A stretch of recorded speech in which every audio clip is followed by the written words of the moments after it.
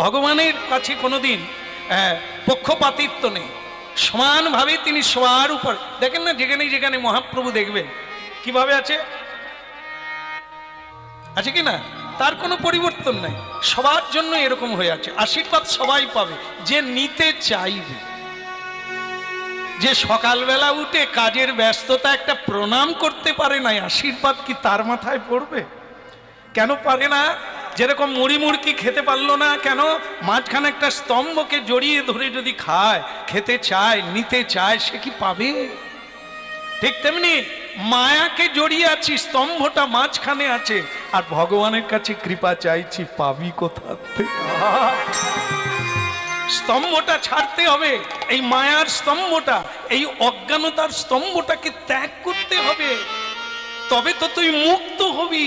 আর যখনই মুক্ত হবি, হাত ভরে তার কৃপা পাবি, ইথে কোনো